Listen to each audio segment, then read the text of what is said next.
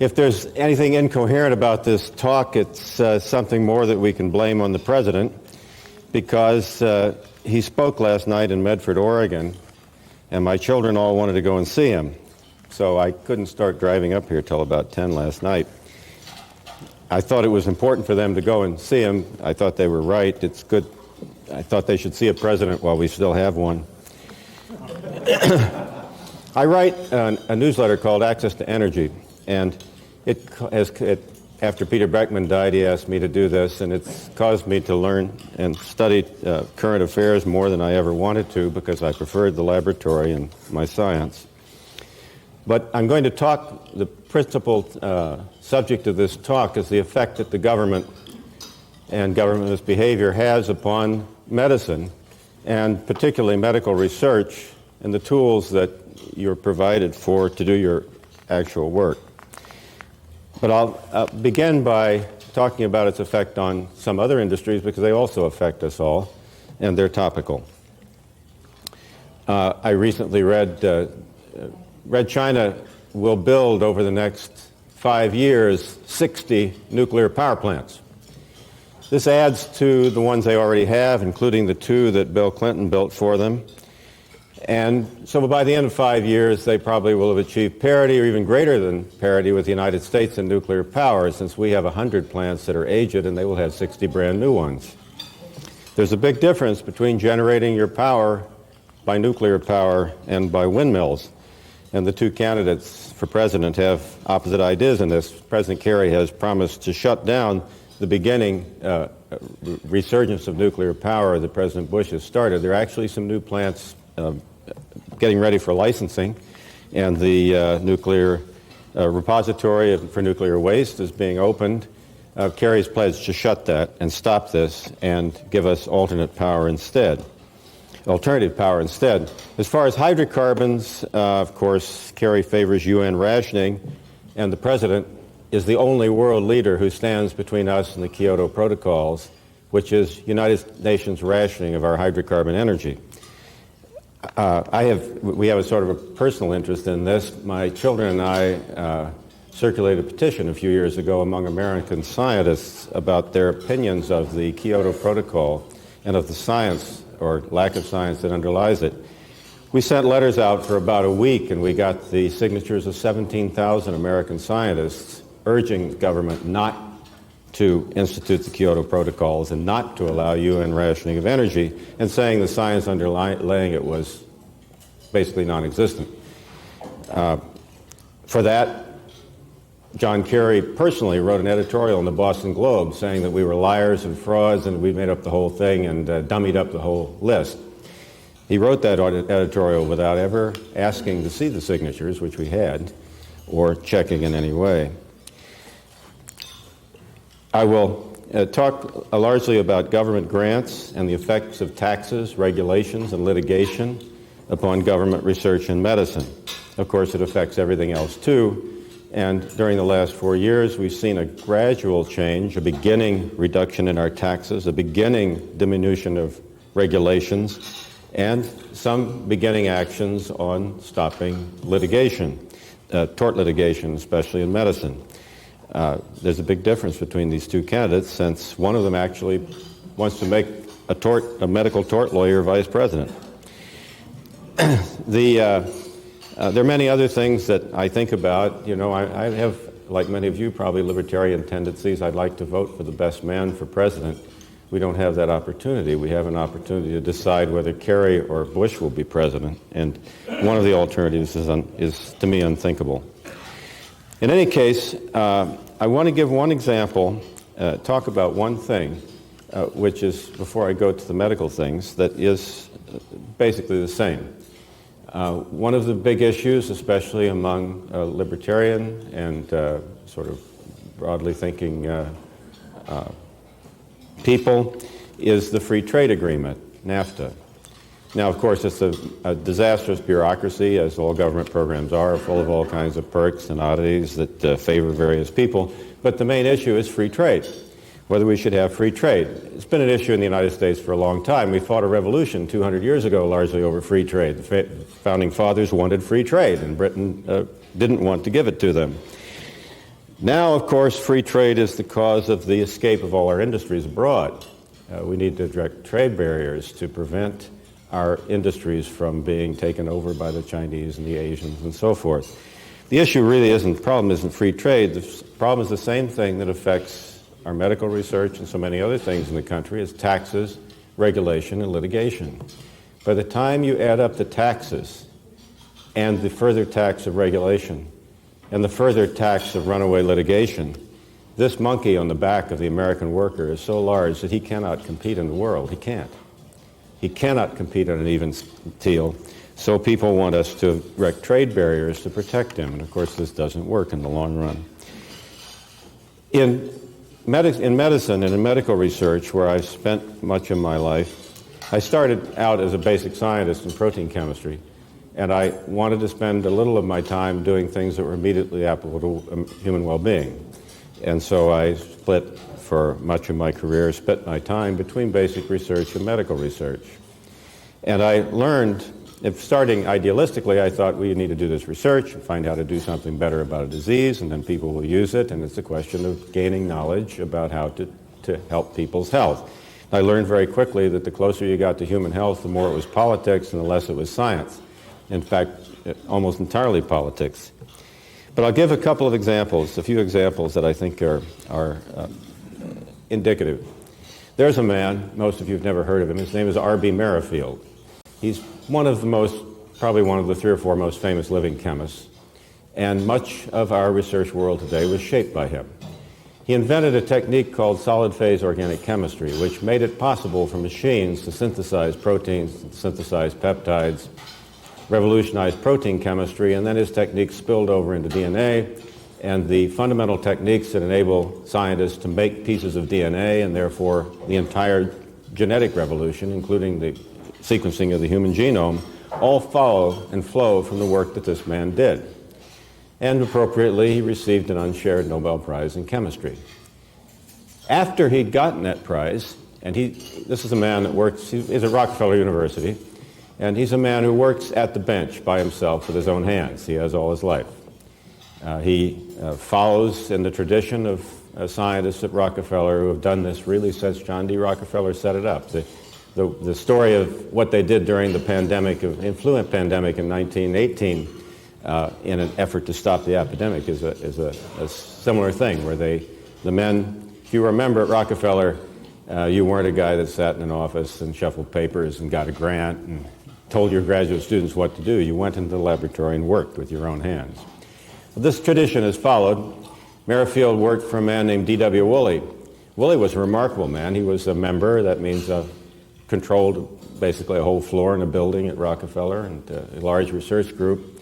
And Woolley worked at the bench with his own hands daily throughout his whole life until he died, an old man. The interesting thing was that he was totally blind. He never saw anything he ever did.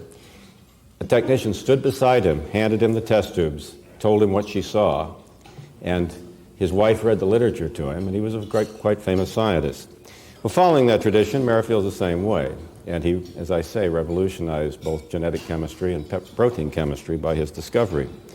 After he finished that, after he had a Nobel Prize, he became fascinated with an antibiotic, cecropin, which is a 15 amino acid, 15 residue antibiotic, naturally occurring. And he wanted to know why this antibiotic worked and whether it could be modified or utilized in some way for human health. It's of course said that we need more antibiotics. There's a lot of stuff in the press I read and things that saying that diseases have become immune to antibiotics. I suppose that's true, and many of you probably know for sure whether it's true. I don't, because I haven't read the research literature on it.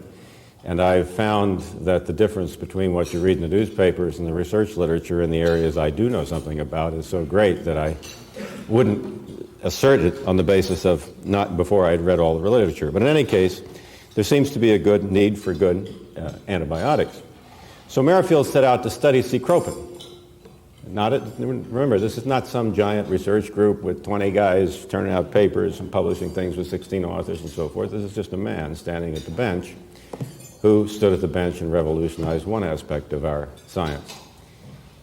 He worked on it for years and years and years. The process, since it had 15 amino acids in a chain, is to modify the amino acids, basically map its fundamental characteristics by changing the amino acids one at a time, and to figure out how it worked. And studying its effect on the bacterial walls, it turns out that it causes little holes in bacterial walls. It sort of dissolves in the wall and makes ion channels, and things just flow in and out, and the bacteria dies. Bacteria can't defend against it because virtually all bacterial cell walls are the same, and it works the same on all of them. And it's not directed against some particular enzyme or particular protein. It's just a thing that makes holes in their cell walls. He found that it would work as L amino acids, as is found in nature. He found he could make it out of D amino acids and get the same thing. He published 52 scientific papers on this subject. He stopped publishing when he was finished. There was nothing more to do. He'd shown that it could be made in D form so that it would be very slowly metabolized. He showed it worked against gram-negative, gram-positive bacteria. It worked great against tuberculosis. It was sort of a perfect antibiotic. The D form, and especially because of the nature of its function, means that bacteria could not become immune to it. And moreover, the way that it works is sort of benign. They just sort of kill the bacteria without perhaps stimulating the immune system to cause so much immune response, which also kills people in pneumonia. So this is a wonderful substance, but you can't use it because it hasn't been produced or licensed. It's been many years since he published his 52nd paper and stopped. But, you know, decisions about what drugs will reach the marketplace are made by accountants and lawyers. We don't really know why industry hasn't produced this, except that maybe he published too many papers. No doubt the accountants and lawyers will tell them that the $2 billion cost of entry for a new drug might better be spent on something else that you could be more sure that you had patent protection on, whatever. In any case, it's not been done. Now, in a free society or a free research environment, this shouldn't be such a terrible problem. So some big company hasn't spent $2 billion and delivered this stuff.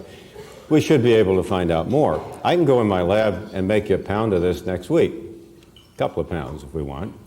And no doubt there are people dying all over Oregon with, in intensive care units of respiratory diseases that it would be interesting to see what would happen to them. They're going to die anyway. But of course, if I were able to convince a couple of you guys to do this, or people who have their care under their control, first the lawyers would take everything we have, and it wouldn't matter whether we had anything or not because the state would house us for a long time. It's not possible for a scientist to make this substance and then go down and see a couple of MDs that would be interested and try it out on people. Oh, you could get a clinical trial started if you have enough money and enough time and enough political savvy to devote huge amounts of effort to it, but as I say, that may not be economically feasible because of the nature of the substance. But there lies a wonderful medical discovery, not just a discovery, but something worked out in great detail.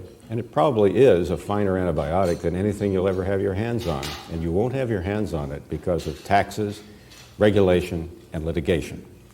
Taxes, which have sucked the money out of the private sector and put it in the public sector, where it was only applied by bureaucrats who make bad decisions in committees.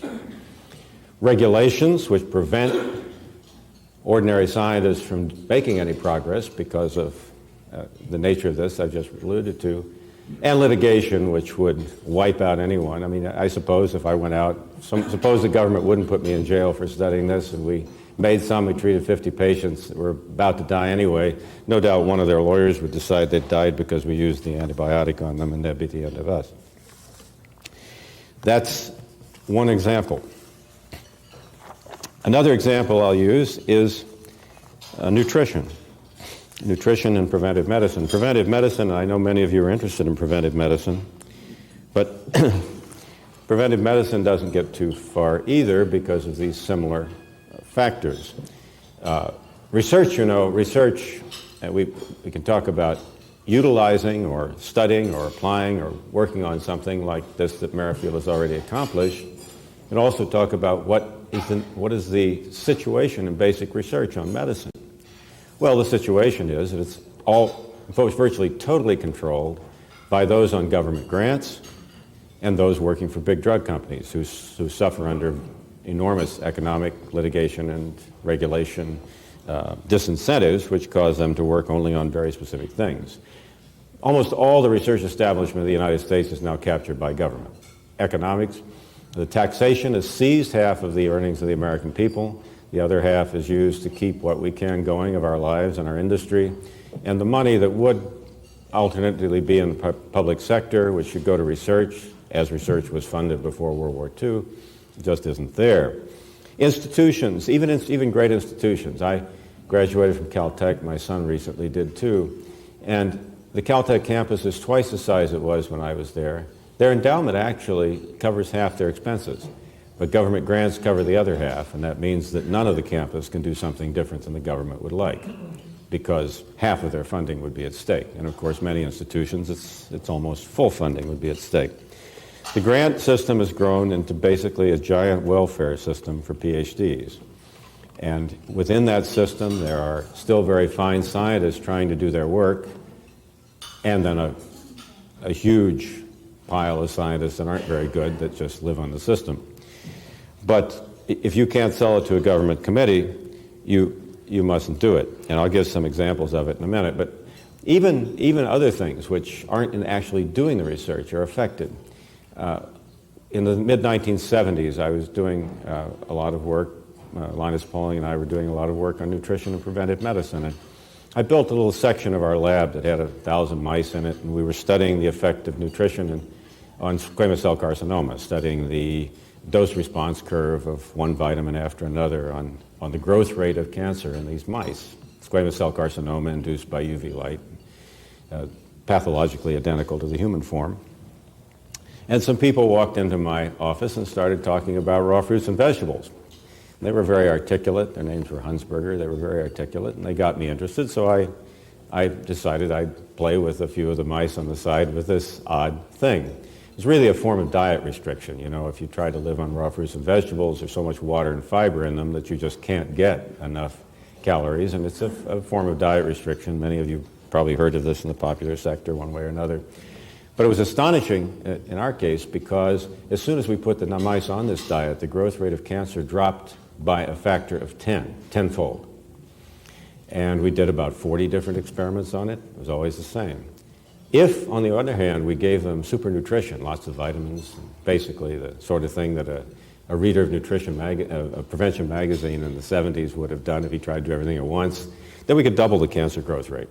We varied the cancer growth rate of squamous cell carcinoma in mice over a range of 20-fold by just whether they had supernutrition or sharply restricted nutrition. Now this, as far as a general phenomenon, is well known. In the 40s and 50s, a man named McKay started studying diet restriction in rabbits. It's been extended now to everything from rabbits to fruit flies. Vast amounts of research have been done on diet restriction in animals. And the results are always the same. Life extension of 25 to 30%, marked reduction in degenerative disease. There's no question that diet restriction diminishes the probability of death at any given age. That's an overall phenomenon that's basically true throughout the animal kingdom, and true for us too. It's not a bad idea to restrict your diet later in life. But in these mice, it varied over that range. Well, that's nice, and it would seem like if you could vary the growth rate of a cancer like that over a factor of 20 in an animal system, and it's a cancer that humans get, that it might be useful to study this in other ways. So we decided we'd publish this. Ultimately, we tried to publish it in the Proceedings of the National Academy of Sciences, where I've published a lot of papers. The paper was submitted by 3 Academy members, including one with a Nobel Prize.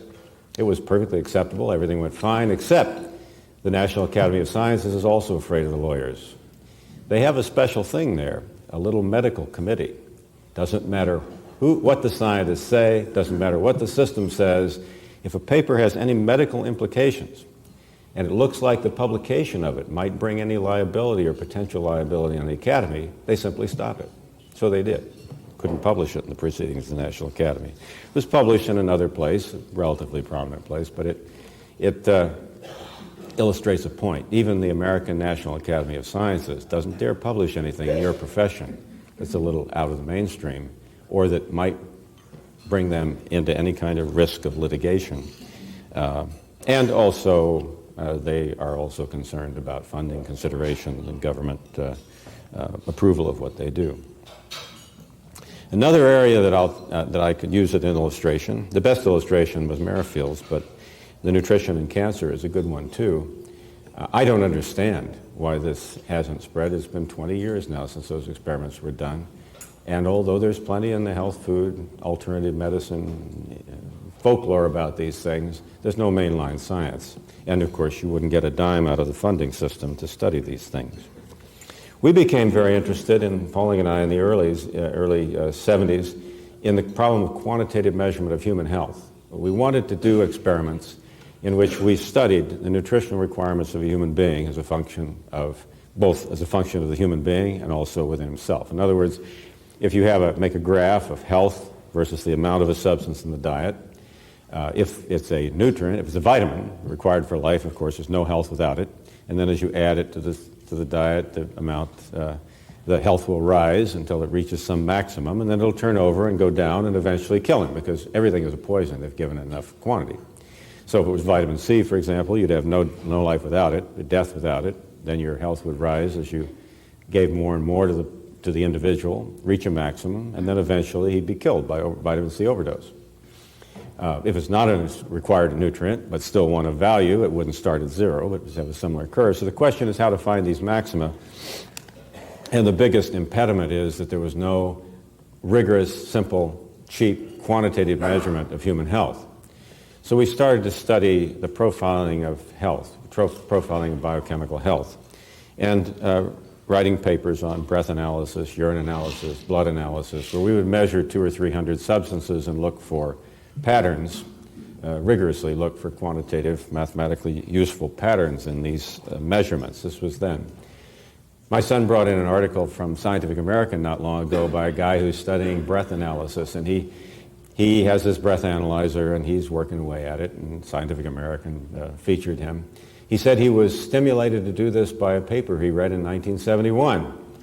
I read the Scientific American article and I was struck by something. I remember in 1971 I had better breath analysis procedures than he has today when I wrote the paper that stimulated him to spend the next 30 years working on it. But he's worked in a kind of vacuum because this sort of thing is not very popular with the government. Now, to give an illustration, we worked on this in the 70s and then for various reasons have not worked on it for a while. I'm beginning again, but science, these sorts of things don't go forward because of heroes or particular research groups. There are lots of people out there looking for interesting things to do if they're able to do them. But in any case, one day in the 1980s, I talked to a famous mass spectroscopist at Rockefeller University named Brian Chait. He's a member, probably one of the best mass spectroscopists in the world, has a dozen machines, great power and much more resolving power than anything we ever had in the 70s. And I tried to interest him in doing a profiling experiment in one of his machines. He said, he says, I would love to do this. He says, it's a wonderful experiment. I think it would work. I think that, and this is an effort to make a new diagnostic procedure, something that would be far superior to anything any of you can do with the training you have. And he said, I'd like to do it. He said, I think it'd take a grad student about 6 months to work out the techniques you're suggesting, and then we could do it. But I can't. He says, I don't dare. He says, I have about a dozen mass spectrometers. I have a large research group. And if the government caught me doing anything that I hadn't put in the grant applications and gotten approval for, I'd lose my whole lab. I don't dare. We can't do it.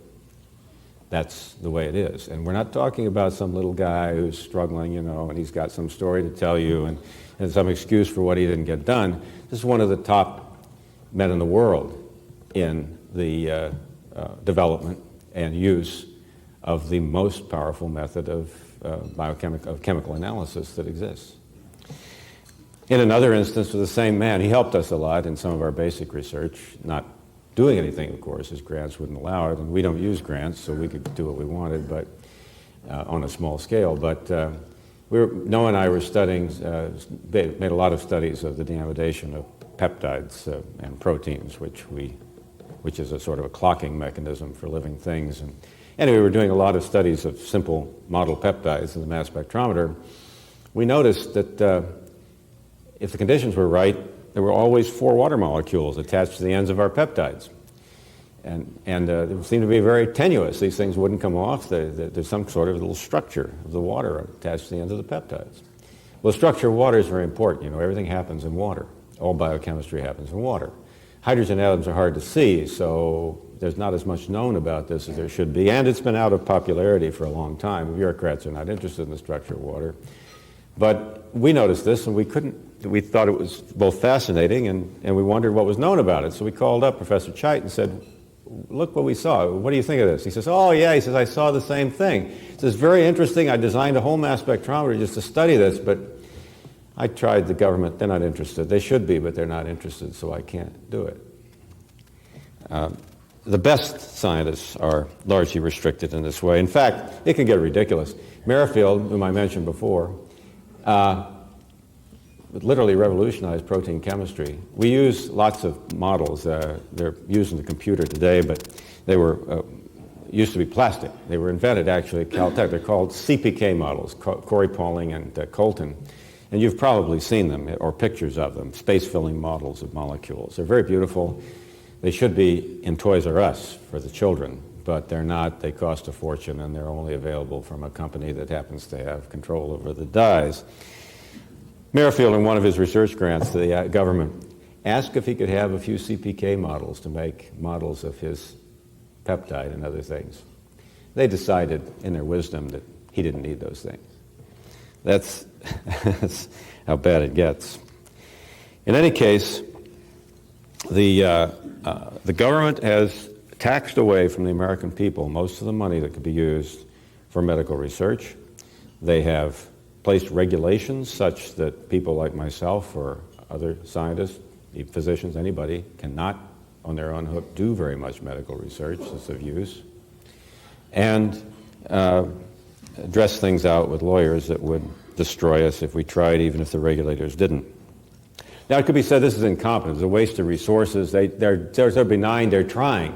They're trying to do the right thing, they just don't know any better because they're bureaucrats and they work in committees. I'll tell you a story that illustrates something about that. I was very fortunate. My thesis advisor was a man named Martin Kamen, who discovered carbon-14. He was a very remarkable man and lived in an extraordinary scientific era, very personable. He knew everybody. And near the end of his life, I said, you know, you should write one more book. You should write a book, you know, where all the bodies are buried. Write about all the stories in science that we really need to know. And Kamen says, nah, I would never do that. But he should have. And I only know a few of them, but I'll tell you one personal story that will illustrate that it's not really just a sort of benign neglect or we're making mistakes. We really don't, you know, we're committees, but we don't do the right thing. The same thing, the profiling I was talking about. We were using, in the 70s, we were using chromatography. We built some extraordinary chromatographs that could measure quantitatively a couple of hundred things in a breast sample or a urine sample or a blood sample, and an extraordinary computer system, which was difficult in the 70s, to analyze these things and do quantitative profiling experiments. But around that time, around 1970 actually, a man named Bill Aberth wandered into our lab at Stanford. We had a lab at UCSD and one at Stanford also until we moved out on our own. And he was at Stanford Research Institute, and he came in one day and he says he had an idea of a new mass spectrometer. And this mass spectrometer has an odd characteristic that it would not break the molecules. In those days, the mass spectrometer was used solely for identifying chemical substances. You would feed the substance in, molecule would be smashed into pieces, you look at the masses of the pieces and put the puzzle back together, you figure out its structure. Not been used as a quantitative tool, and you couldn't see the molecular ion, you couldn't see the substance unsmashed, so you couldn't do quantitative analysis on the substance at all because it was broken into pieces. Aberth said, I have a way to make molecular ions in the source of a mass spectrometer so that we can see the molecules intact without breaking them. Now today this is very easy. Most mass spectrometers can do this, but this was 30 years ago, more than 30 years ago. He said, but the trouble is I know how to build this device, but I don't have any use for it. And I wonder if you could think of some use so that we could apply for money and I could build this machine. And I immediately said, well, the use is to substitute for our chromatographs. So you don't break them, you'll have 10 times as much resolution as we have in the chromatograph, and the analysis will be over in 2 minutes instead of 2 hours. This would be fantastic. Let's build this device. And So we took it to polling. The three of us applied, and it worked. Those were in days before I knew better. I knew that government, I really understood what government money was. And I was a young guy, and I was applying for grants like everybody else and wasting a lot of people's tax money. Anyway, we got some of your tax dollars, got about $250,000 to build this machine, equivalent of about $1 million today. And Bill scurried back to SRI, and he built it. There's always politics in science. People are people. They're not just in every area. There was a man named Michael Anbar there who was a more senior scientist, and he saw this technique, and he sort of coveted it. He wanted it. And he worked the politics around at SRI, so he got to be Bill's boss and kind of got control over the machinery, except we had this grant. And things started to go badly. You know, he didn't want to let us do runs on our machine. There was a lot of politics going on. Finally, we got the NIH administrators in, and Anbar was back down, and he had to agree to allow us to measure 200 samples in the machine that our grant had built. So I put together an experiment of 200 samples. Now I knew there was a grant renewal period coming up, and so I was going to have to look good to the grant renewal people to get another grant. So I designed the experiment so that some of the profiles we were looking at were so simple you couldn't fail. I mean, in the simplest chromatograph with 15 substances, we could see them, so I knew they would succeed. And in addition, I put parts in the experiment of things that had never been done before that would be very remarkable, the diagnosis of 2 or 3 kinds of cancer and so forth. So I had a spectrum. In these 200 samples, I had all the controls, and then I had the test samples for quite a few different human conditions, from simple, it can't fail, out to it would be spectacular, sort of a gradient of them, so that we would be sure to succeed, and I didn't know how much we would succeed.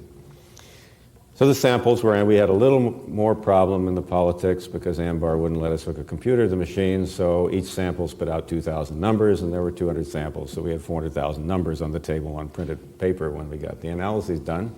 That was easy. I hired a lady, and she typed the 400,000 numbers into the computer. And then my wife and I did who was a systems programmer, did all the statistics, took us about a month, and we failed. A random number generator would have done the same thing. It was exactly the same thing. It was a total failure. This experiment was 0. It did nothing. It was a total failure. And the grant period was over. Anbar ran half a dozen samples through it in one disease and claimed he saw something and quick published in Clinical Chemistry. And we were in kind of an odd shape because we said we invented the technique, but we can't show that it works, so we can't even counter this. So I thought, well, this is useless, but you always apply again. So I completely changed direction, asked for different equipment, different machinery, take an entirely different line of research, had to abandon this. It was a total failure for reasons I could not comprehend. And the site visit committee came. These committees come. There are about 8 guys on the committee plus the administrator, and they listened to my tale of woe about how we'd totally failed, and then gave me every dime I asked for. They gave me hundreds of thousands of dollars for this new direction I was going. I could have asked for twice as much. It was a blank check. That, too, was odd. Anyway, we went off in this other direction, did some worthwhile things, but nothing like this would have been. Well, a lot of years passed. I stopped working with polling. We had an argument. Things passed. The grants administrator who had run this grant retired. He was a very fine man, actually. He worked in government because he thought he could help get some useful things done in medical research. But one time as I was in Washington, I met him, and he took me to dinner at a place called the Cosmos Club in Washington. And then after dinner, we went out to his car to drive away. And dark, we get in the car. He doesn't start the engine.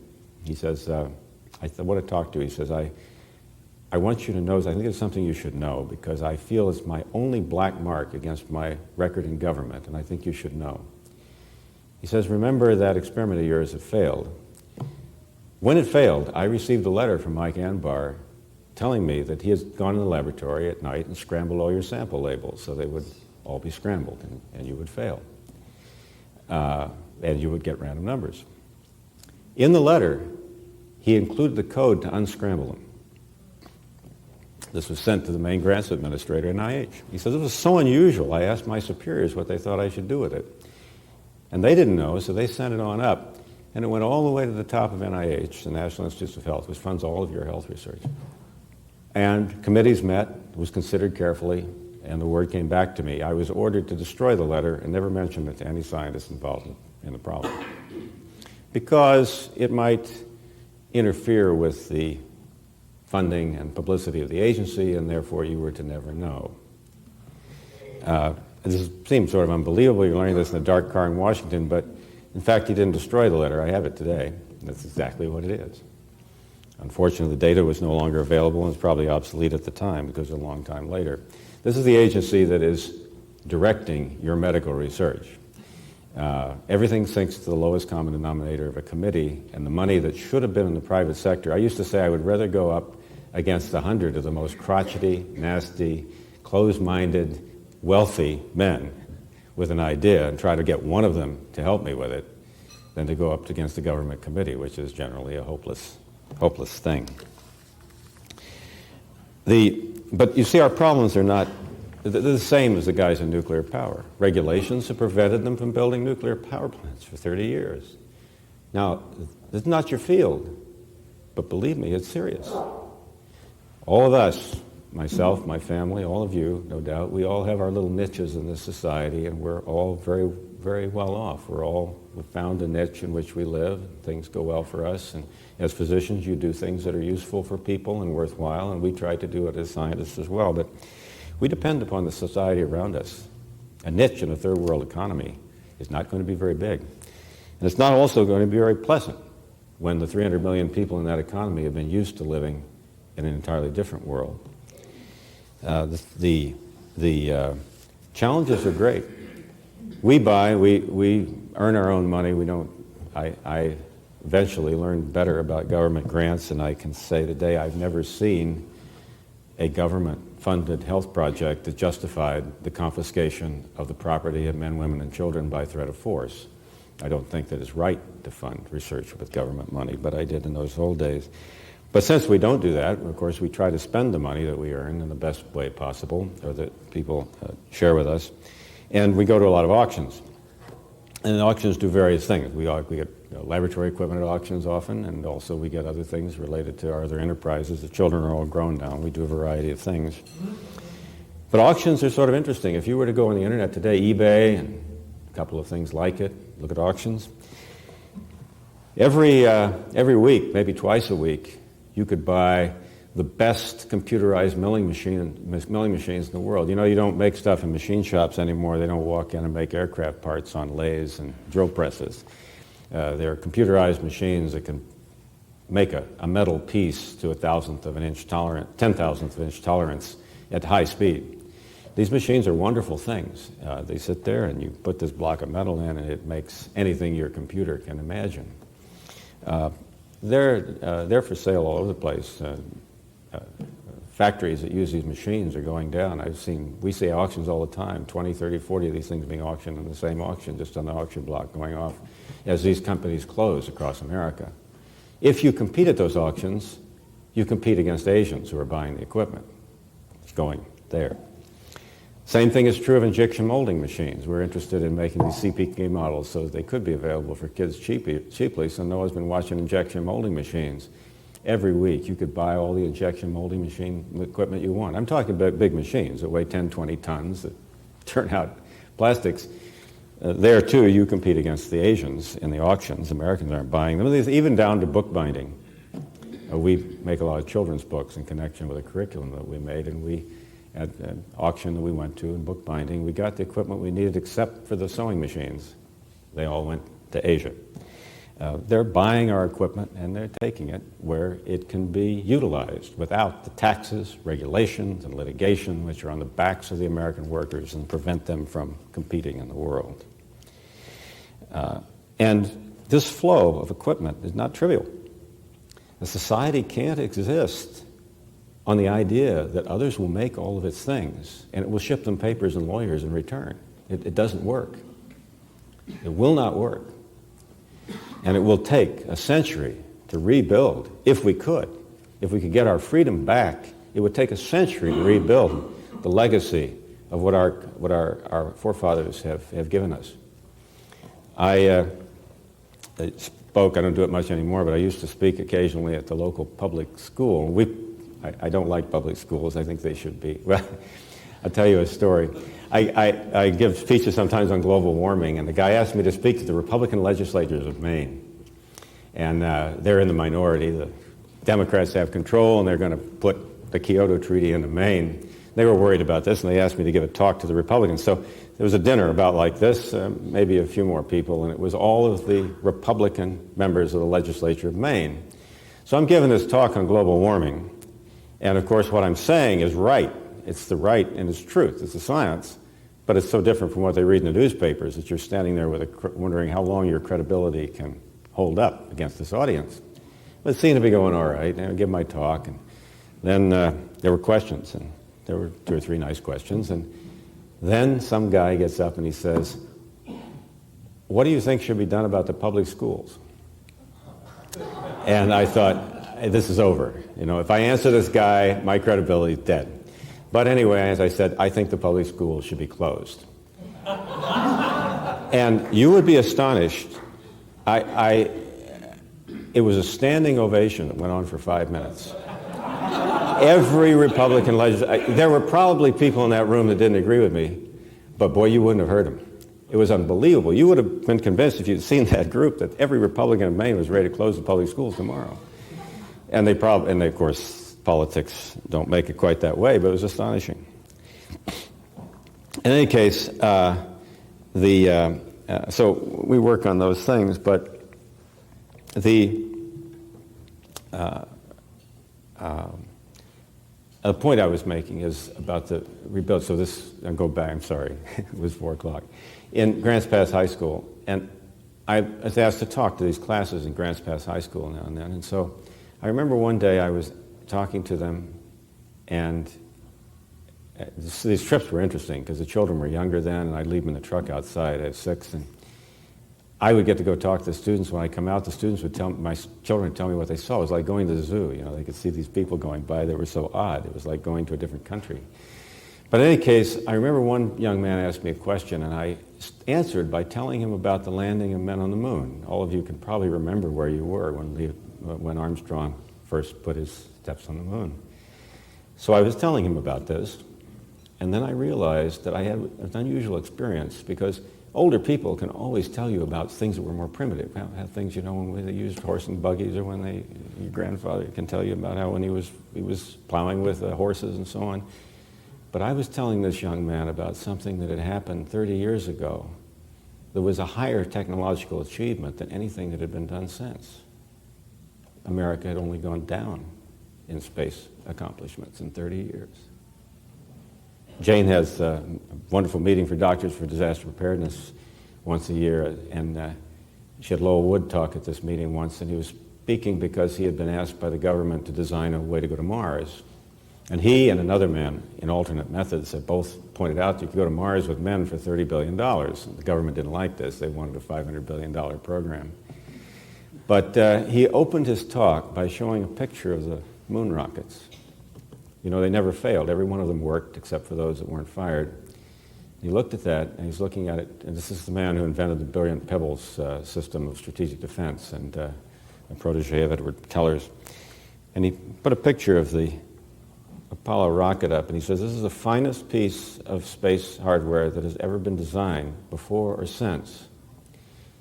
And he says, you know, the cost of these was such, he's telling us this 25 years later, that we could have sent one of these to the moon every 6 weeks for the last 25 years for the cost of the space program, what's been spent on it.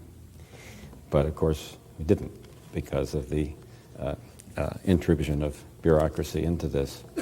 My father was an engineer. He built chemical plants. He built a wonderful plant down in Seadrift, Texas. I took the children to see it once. But these plants, you know, the infrastructure of the United States has been built for us mostly by previous generations. And that bureaucracy, that productive capacity is gradually wearing out, wearing down, now being shipped abroad. If we don't stop the problem of the taxes, regulation, and litigation, you won't have the tools that you should have in medicine. When I look at medicine, and since I've done a lot of medical research, I've worked with a lot of physicians, and I've never met one who didn't want the best for his patients. I've never met one who didn't want his people to get well and would do anything he could to help them. But I know that the tools the physicians work with, because of the science I know about this, are 50 years behind the times. The tools you're working with are just unbelievably primitive, and the things that could change it for you are bottled up behind the taxes, litigation, and regulation. And your society is now getting bottled up behind it. And believe me, when they buy the last machines and nothing is produced in the United States, they're going to stop taking your paper. And unless this is changed, it will be a terrible thing. I know that I have many libertarian friends. I think, some of them here. And they advocate that in this election we punish the Republicans because they haven't done what we wanted. And of course, they haven't done many things that we wanted. But why? We're going to punish all the rest of us with them, because the man that Bush is running against is a proponent of all the things that are shutting down our country. And it's probably the most important election of my lifetime. I hope that people will consider the fact that you don't have an opportunity to vote for the best man. The only decision to be made in November is which one of these guys will be president. One of them has taken steps to drop taxation. They're small steps. He has moved in the right direction on taxation. He's moved in the right direction in regulation, and he's moving in the right direction in litigation. The other guy wants to go the other way in spades. And the fate of our country probably depends on this, because we can't spend much more time. The Chinese are going to build 60 more nuclear power plants in the next 5 years. And after that, they'll build more. And as you know, that in China, they are graduating 600,000 to 700,000 engineers a year, and we graduate 60,000. 80%, and I don't like communists, and it's still a terrible communist country. 80% of the communists at the top echelons running communist China today are scientists and engineers. We're not up against politicians and lawyers. Thank you.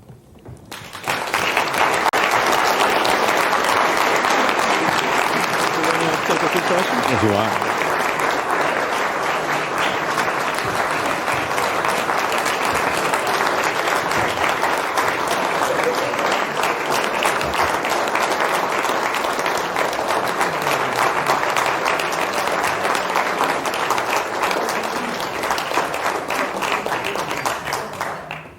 I think we have about 10 minutes for questions, and if you make it short, we can have more questions. Hi. Yes. You mentioned that you wouldn't mind having some money from some ugly and unpleasant, very wealthy fellow. Have you tried such a character who is dead, but this foundation has $12 billion, and that's a huge political foundation. The what? Hughes, Howard Hughes. Oh, the Howard Hughes Foundation? Howard Hughes Foundation. It's interesting. $12 billion, and they finance everything the government doesn't. Good. Thanks. Remember that. Thanks. This is my ticket to the George Bush speech. Yeah. I have two questions. One is, what would be the situation for research in medicine if there were no NIH or NIMH? The second question is, what would happen if there were no FDA? Well, well, if there were no FDA, of course, progress would be much faster. They're tremendous, faster and better, because I don't believe they're doing us any good. And they're story after, even in the area of the drugs that are developed. You know, you can read, all you have to do is read the editorial page of the Wall Street Journal for a continuing litany of what the FDA does to us. As far as what there'd be if there were no NIH, if we had the same level of taxation, we wouldn't have any more money in the private sector to spend. But there would be an improvement, because the private sector does have some money, and they assume that the government's taking care of the problem because the NIH is there. I think we would be much better off if NIH were closed tomorrow, because the private sector would realize that it was their responsibility. They wouldn't just say, go get a grant. And almost all of our... See, what happens is, I'm not against my colleagues who take government grants. They have no choice. Even the most famous and capable have to go there. That's the only place to go. And then they are constricted, too, by these committees and spend their time shuffling papers. In fact, it's a terrible paradigm. if you are a young person today and you're good, you do a really good job in graduate school, maybe you do a good postdoc, maybe you're so good you get an assistant professorship without going to postdocing, and you rise to position in academia immediately, you are trained and taught that you should go in your office, never do anything in the laboratory again, sit down and write grant requests, and teach a little. And I know young people, who are young scientists, who do this. That's what they've been taught they have to do. The best people are sucked out of the laboratory to write this paper for the government so that new graduate students, maybe occasionally one of them good, can do the work.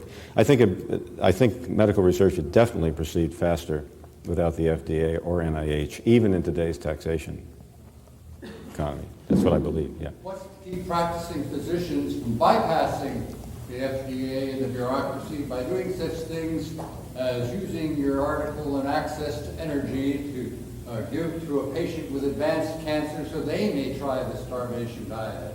Or maybe utilize what you would develop in your biological clock to judge their own preventive care? Well, I think the problem is this. We all know there's an alternative medicine area.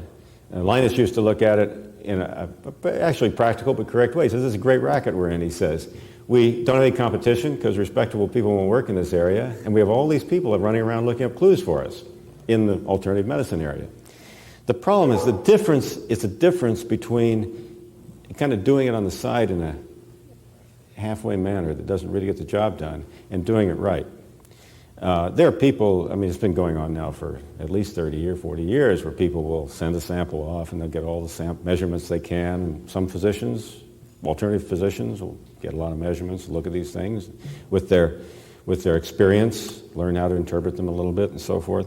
But there's a difference between that and we're measuring 1,000 substances and we measured it in millions of people and they're linked together by computer programs and make everything rock solid and definitive like 2 + 2 is 4.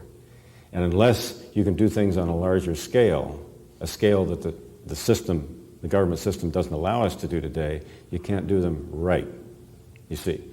Union Carbide's producing vast amounts of polyethylene in that plant in Texas. It was built before this sort of system almost prevents the building of such things. I could make some polyethylene in my lab too, or you and I could make a little more on the side, but it's not going to make much difference to the overall system. So I don't think you can do the jobs right or on a large enough scale to really help people.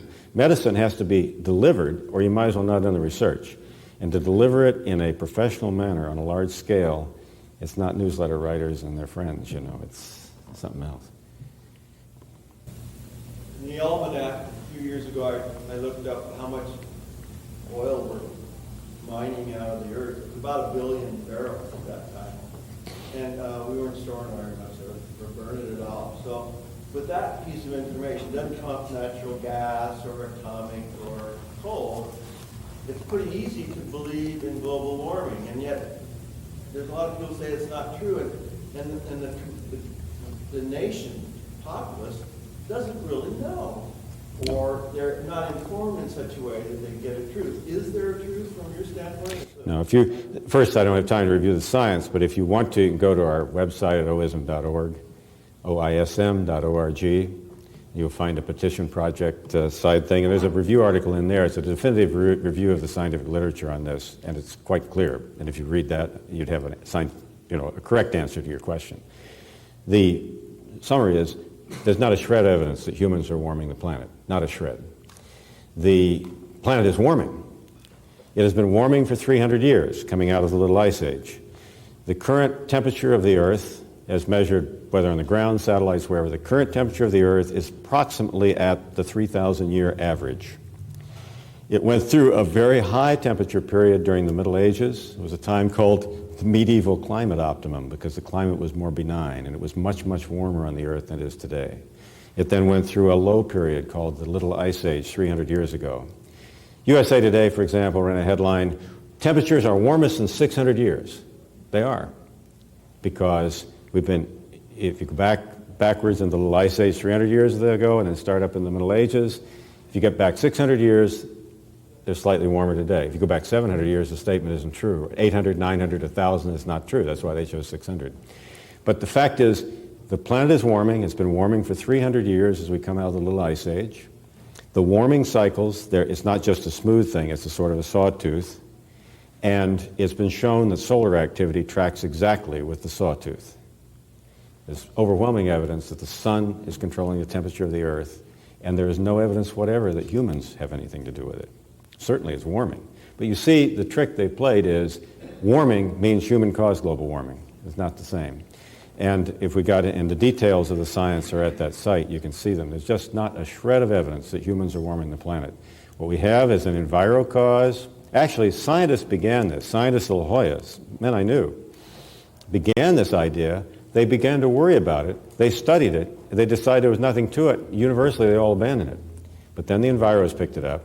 The enviros alone haven't done this, though. Self-interested businessmen who see business advantage for their products are pushing it. Politicians who see votes are pushing it.